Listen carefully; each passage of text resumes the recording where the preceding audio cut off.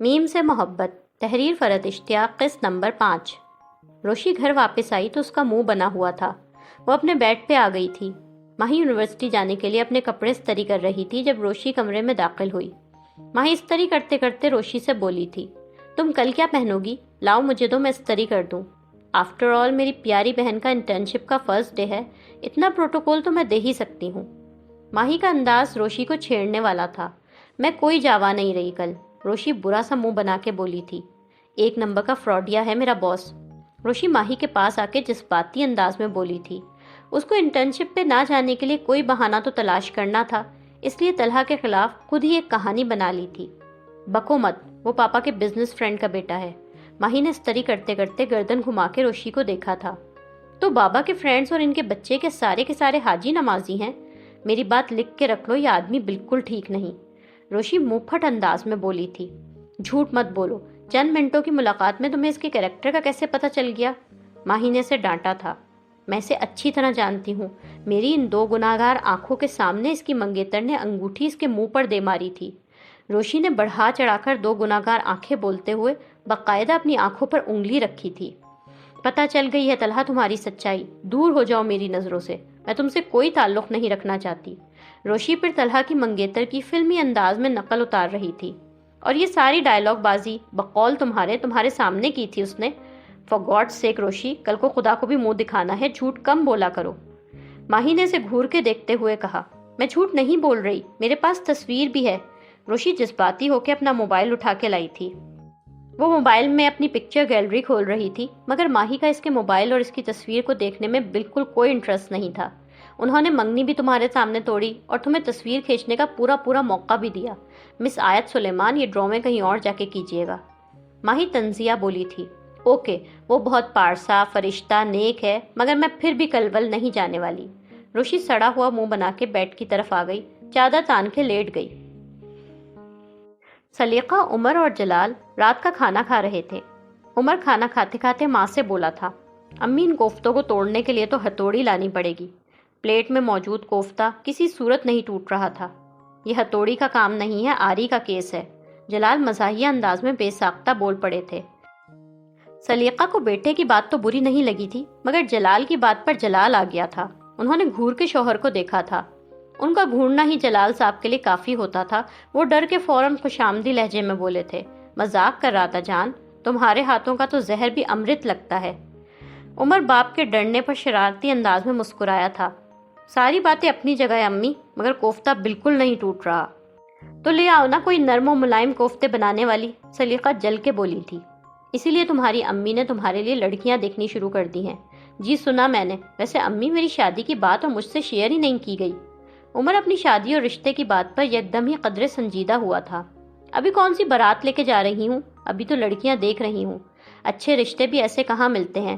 لوگ کہتے ہیں لڑکی کی شادی مشکل ہے، ارے میں کہتی ہوں لڑکے کے لیے بھی ڈھنگ کا رشتہ ڈھونڈنا ناک کو چنے چبوا دیتا ہے۔ میں تو 2-3 لڑکیاں دیکھنے میں ہی تھک گئی۔ سلیقہ منہ بنا کے بولی تھی، تو آپ سے کون کہہ رہا ہے اتنا ڈھونڈنے؟ آپ اپنے قریب قریب میں دیکھیں نا۔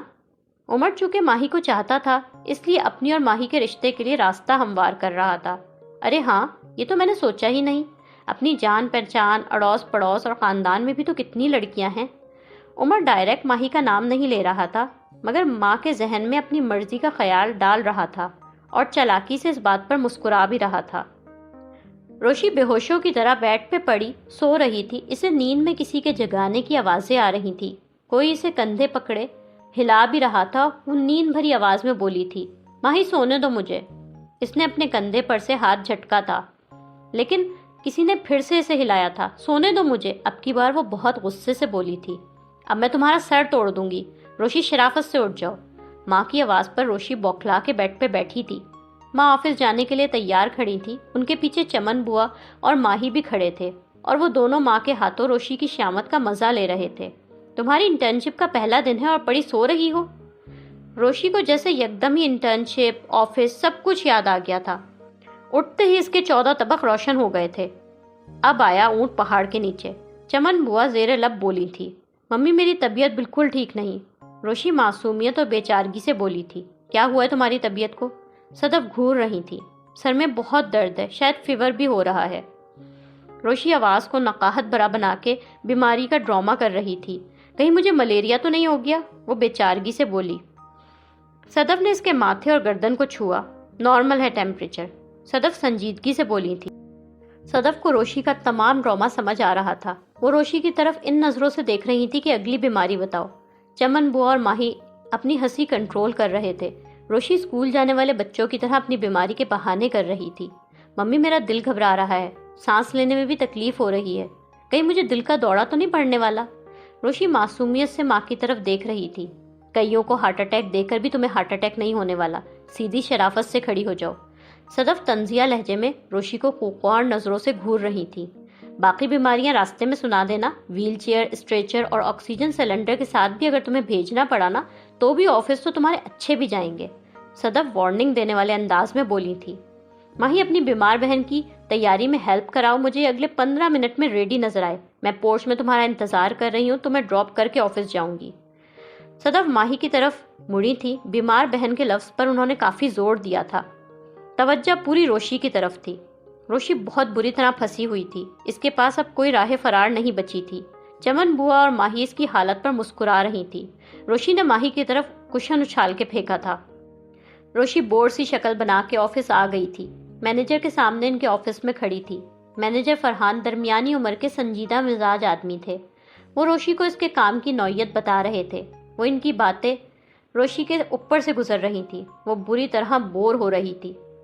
یہاں ایک بڑا سا ہال تھا جہاں فرم میں کام کرنے والے بہت سے ملازمین اپنی اپنی ڈیسکوں پر کمپیوٹرز کے سامنے بیٹھے ہوئے تھے۔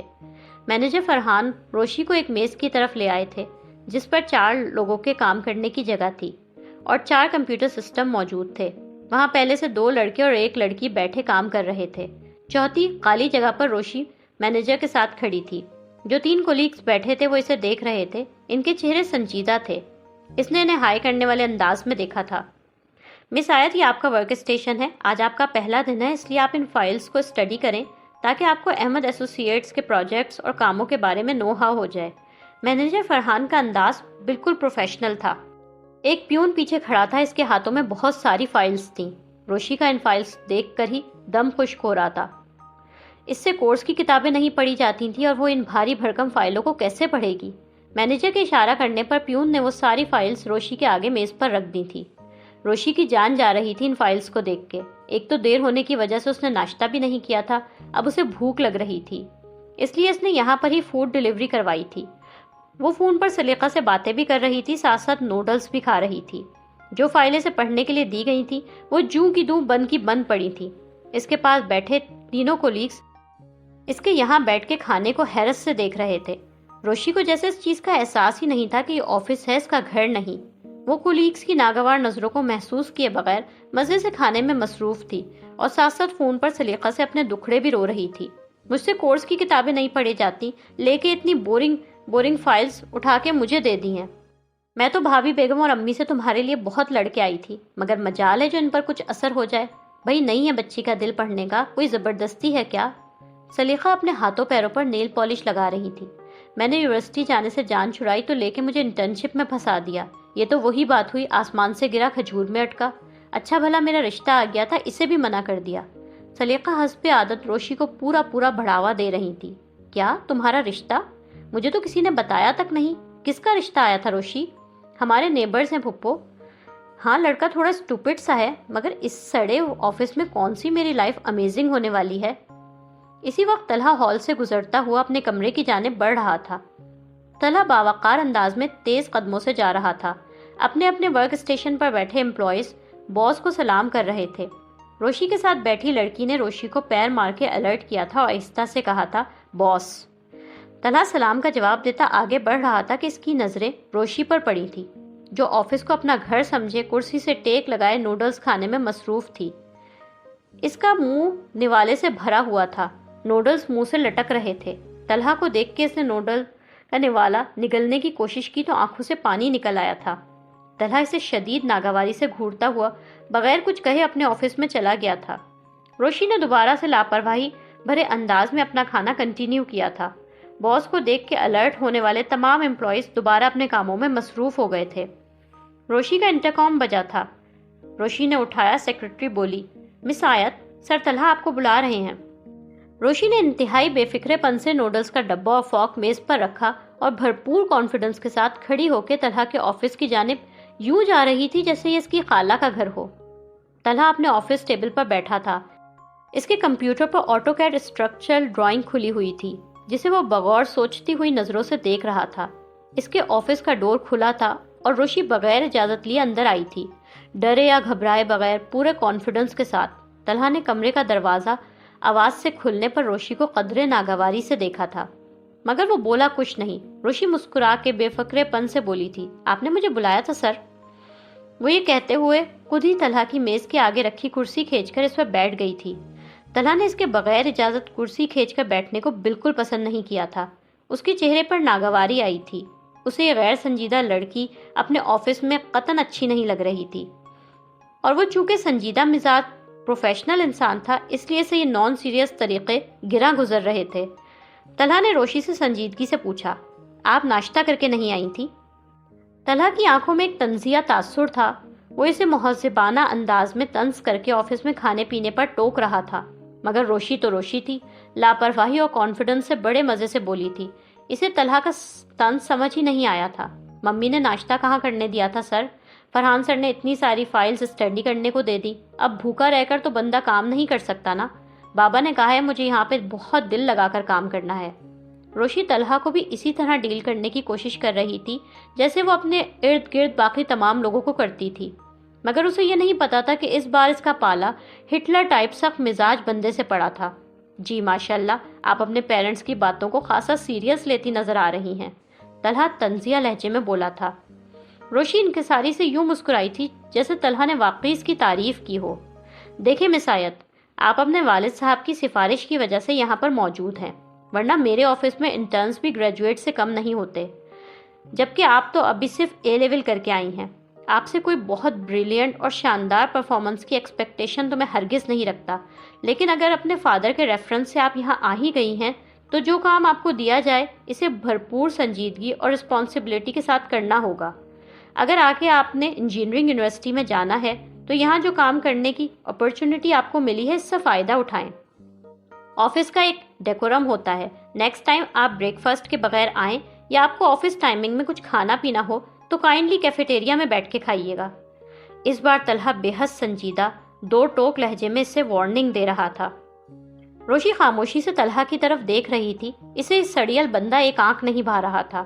میں امید کرتا ہوں مجھے یہ باتیں آپ سے دہرانی نہیں پڑیں گی، اب آپ جا سکتی ہیں۔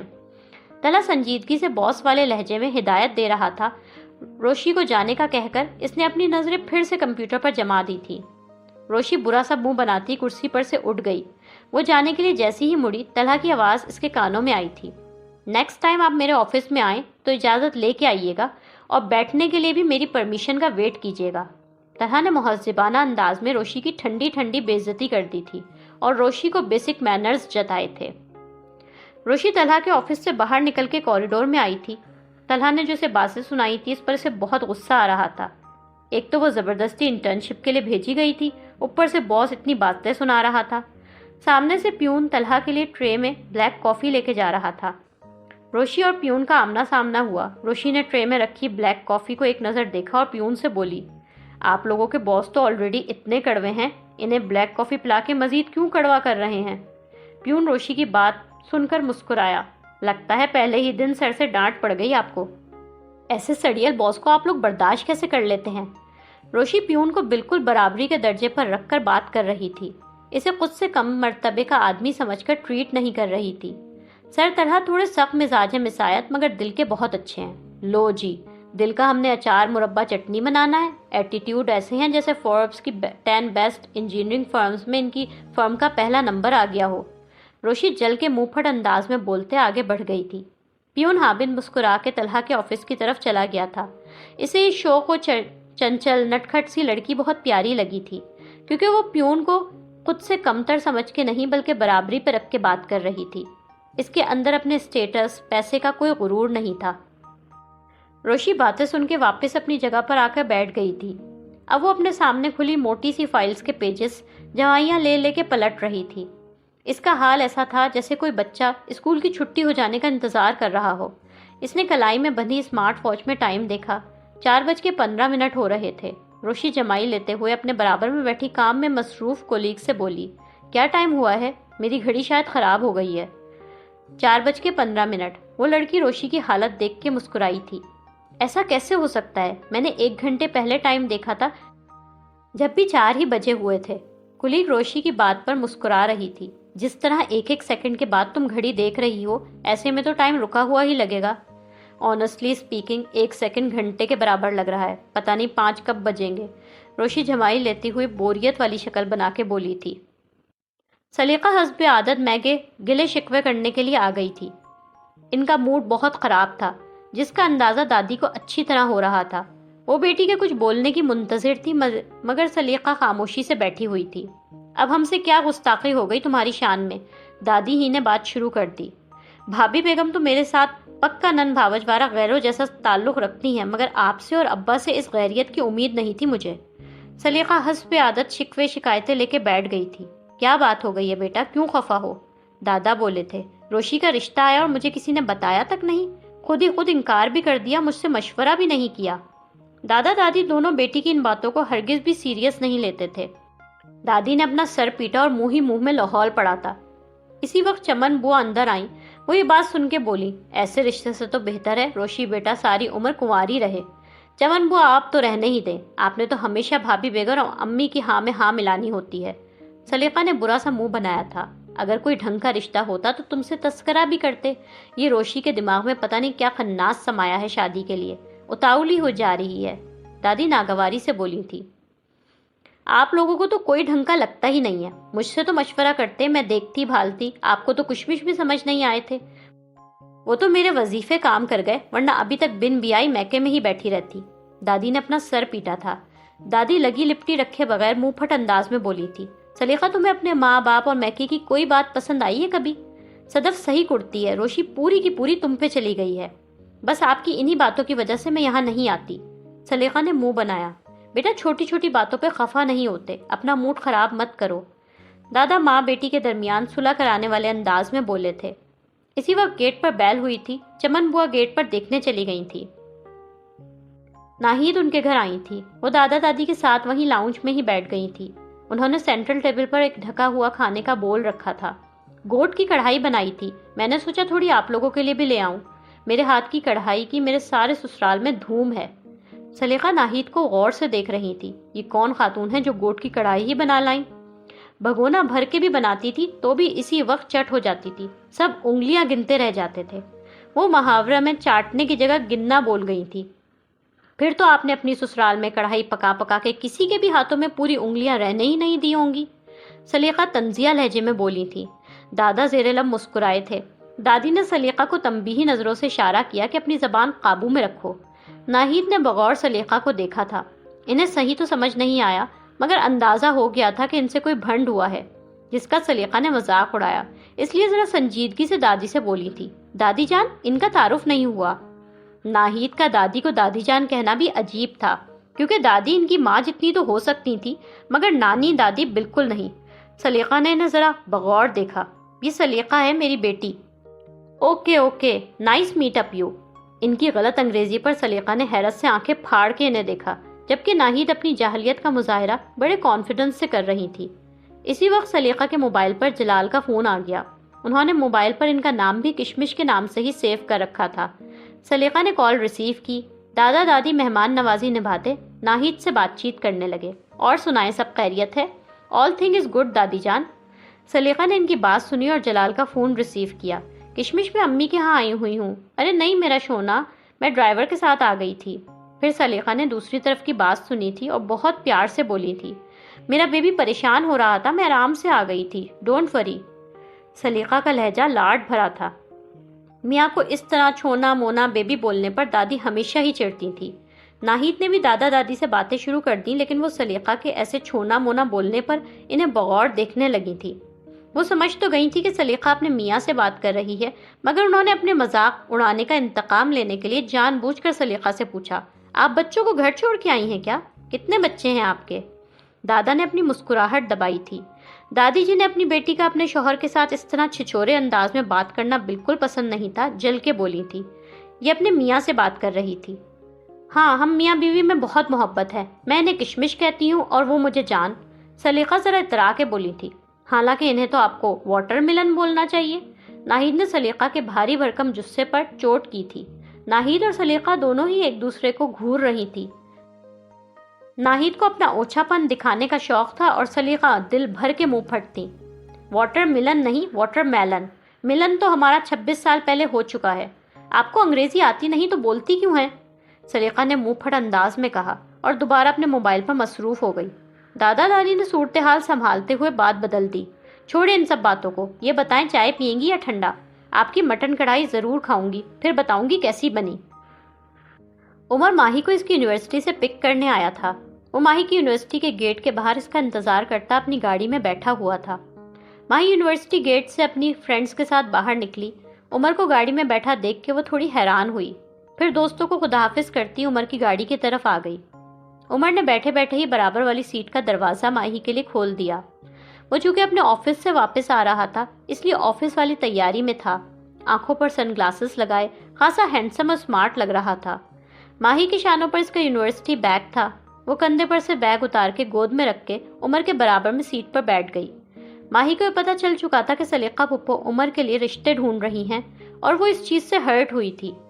ماہی اور عمر کے درمیان کبھی اقرار محبت نہیں ہوا، مگر دل ہی دل میں وہ دونوں ایک دوسرے کو چاہتے تھے اور انہیں یہ بھی لگتا تھا کہ ان کی چاہت دو طرفہ ہے۔ ماہی کو اپنی انا بھی عزیز تھی، اس لیے وہ اپنا ہرٹ ہونا، جیلس اور ناراض ہونا عمر سے چھپانے کی کوشش کر رہی تھی۔ تم کیسے آ گئے مجھے لینے؟ ماہی نے اپنی ٹون کیجول سی بنائی۔ آفس سے نکل رہا تھا، مامی کی کال آ گئی کہ میں جاتے ہوئے تمہیں بھی پک کر لوں۔ عمر مسکرا کے ماہی کی طرف دیکھ کر بولا تھا، تھینکس، مگر اس زحمت کی ضرورت نہیں تھی، میں کیب کر کے خود آ جاتی۔ عمر نے چونک کے ماہی کی طرف دیکھا تھا۔ اسے ماہی کے لہجے میں غیر معمولی تلخی کا احساس ہوا تھا۔ آج بڑی فارمل ہو رہی ہو، خیریت تو ہے نا؟ ماہی طنزیہ نظروں سے عمر کی طرف دیکھتی لہجے کو سرسری بنا کے بولی، ہاں ہماری طرف تو خیریت ہے، تم بتاؤ، سنا ہے بڑی لڑکیاں تلاش کرتے پھر رہے ہو، سلیقہ پھپھو تمہارے لیے رشتہ ڈھونڈ رہی ہیں۔ ماہی چھپانے کی کوشش کرنے کے باوجود بھی اپنی جیلسی اور ناراضگی ظاہر کر گئی تھی۔ عمر ذہین لڑکا تھا، ماہی کا اتنا سا جملہ ہی اسے یہ سمجھانے کے لیے کافی تھا کہ ماہی کے دل میں بھی اس کے لیے وہی فیلنگز ہیں جو وہ ہمیشہ سمجھتا آیا تھا۔ تمہیں برا لگا کیا؟ عمر اپنی خوشی چھپاتا بظاہر سنجیدگی سے بولا تھا۔ وہ اب ماہی کی جیلسی کو انجوائے کر رہا تھا۔ مجھے کیوں برا لگے گا؟ ماہی لاپرواہی سے بولی، وہی تو، تمہیں کیوں برا لگے گا؟ کون سا تم مجھ میں انٹرسٹڈ ہو؟ عمر مائنہ خیز انداز میں آنکھیں گھماتا سنجیدہ لہجے میں بولا تھا، ہاں بالکل، ماہی چڑھ کے بولی تھی۔ عمر ماہی کے ساتھ بھرپور چھیڑ چھاڑ کے موڈ میں جان بوجھ کر اسے جیلس کرانے والی باتیں کر رہا تھا۔ اب یہ ذکر نکلا ہے تو یار بتاؤ میں کیسی لڑکی سے شادی کروں؟ امی کی جلد سے جلد میری منگنی کرانے کی خواہش ہے۔ مجھے کیا پتا، منگنی تمہاری، فیونسی تمہاری، تم جانو اور سلیقہ پھپھو۔ ماہی یار بڑی بے مروت لڑکی ہو تم، کچھ نہیں تو اپنی دو چار پیاری پیاری سی فرینڈ سے ہی مجھے انٹروڈیوس کروا دو، کیا پتا ان میں سے ہی کوئی مجھے پسند آ جائے۔ عمر زیر لب مسکرایا، میری فرینڈز ساری بہت اچھا ٹیسٹ رکھتی ہیں، تم جیسا لڑکا انہیں پسند نہیں آئے گا۔ ماہی دل جلے انداز میں بولی تھی۔ مجھ جیسا کا کیا مطلب ہے، کیا برائی ہے مجھ میں؟ عمر اپنی ہنسی کنٹرول کر رہا تھا، اسے ماہی کی جلن بڑا مزہ دے رہی تھی۔ اب یہ تو لمبی لسٹ سنانی پڑے گی اور میں ابھی یونیورسٹی میں پریزنٹیشن دے کر بڑی خوار ہو کے آ رہی ہوں۔ ماہی شانے اچکا کے بے نیازی سے بولی تھی اور کھڑکی سے باہر دیکھنے لگی تھی۔ عمر کنکھیوں سے اسے دیکھتا مسکرا رہا تھا۔ اسے یقین مل گیا تھا کہ ماہی کے لیے اس کی چاہت یک طرفہ نہیں۔ وہ دل ہی دل میں خوش اور بے حد پرسکون سا ہو گیا تھا۔ روشی آفس سے گھر واپس آئی تھی۔ وہ کیب والے کو پیسے دیتی گاڑی سے اتر رہی تھی۔ برابر والے گھر سے روہیل نکلا تھا۔ وہ اپنی نئی ماڈل چمچماتی گاڑی میں بیٹھا کہیں جا رہا تھا۔ روشی چھوٹی کیب میں آئی تھی۔ اسے روہیل نے بڑی ہمدردانہ نظروں سے دیکھا اور اپنی گاڑی سے اتر کے روشی کے پاس آ گیا۔ روشی جی کہاں سے آ رہی ہیں؟ روہیل مؤدبانہ انداز میں زبردستی کے اچھے بننے والے انداز میں بولا، آفس سے۔ آپ کے والدین نے ابھی تک آپ کو گاڑی نہیں دلوائی؟ اب تک کیب میں سفر کرتی ہیں؟ میں تو آپ کی عمر میں دو لش پش چمچماتی گاڑیوں کا مالک تھا۔ یہ میری نئی گاڑی دیکھی ہے آپ نے؟ آٹومیٹک ہے، 0 میٹر خریدی ہے، پنی پیک، قسطوں وسطوں پہ نہیں، کیش پیمنٹ پہ۔ روہیل روشی کو متاثر کرنے کے لیے شو مار رہا تھا۔ جبکہ روشی جو پہلے ہی آفس سے بیزار اور خراب موڈ میں آئی تھی، روہیل کی ان اوچھی باتوں سے اس کا دماغ مزید خراب ہو رہا تھا۔ آپ کی گاڑیوں کی طرح ہی آپ کی ووکیبلری بھی بہت شاندار ہے۔ روہیل چونکہ روشی کا طنز سمجھا نہیں تھا، اس لیے دانت نکال کے مسکراتا ہوا دوستانہ لہجے اپنائیت کے ساتھ بولا، شکریہ شکریہ، آپ مجھے کہہ دیا کریں، میں آپ کو پک اینڈ ڈراپ دے دوں گا۔ میری گاڑی میں سفر کر کے آپ کو بہت مزہ آئے گا، کیا مست چلتی ہے، ایک دم جھکاس۔ ویسے بھی اب تو ہم قریبی دوست ہیں نا۔ لفظ قریبی دوست پر روشی نے اسے گھورتی نظروں سے دیکھا تھا۔ جی، کسی دن آپ کی لش پش پنی پیک گاڑی میں روشنیاں دیکھنے اور سمندر کی سیر کرنے چلیں گے۔ روہیل نے گاڑی کی سیٹوں سے پلاسٹک کور تک نہیں اتارا تھا۔ روشی یہ دیکھتی ہوئی جھنجھلائی ہوئی اندر چلی گئی تھی۔ لائک، کامنٹس، شیئر کریں اور تازہ ترین اپڈیٹس کے لیے سبسکرائب کریں۔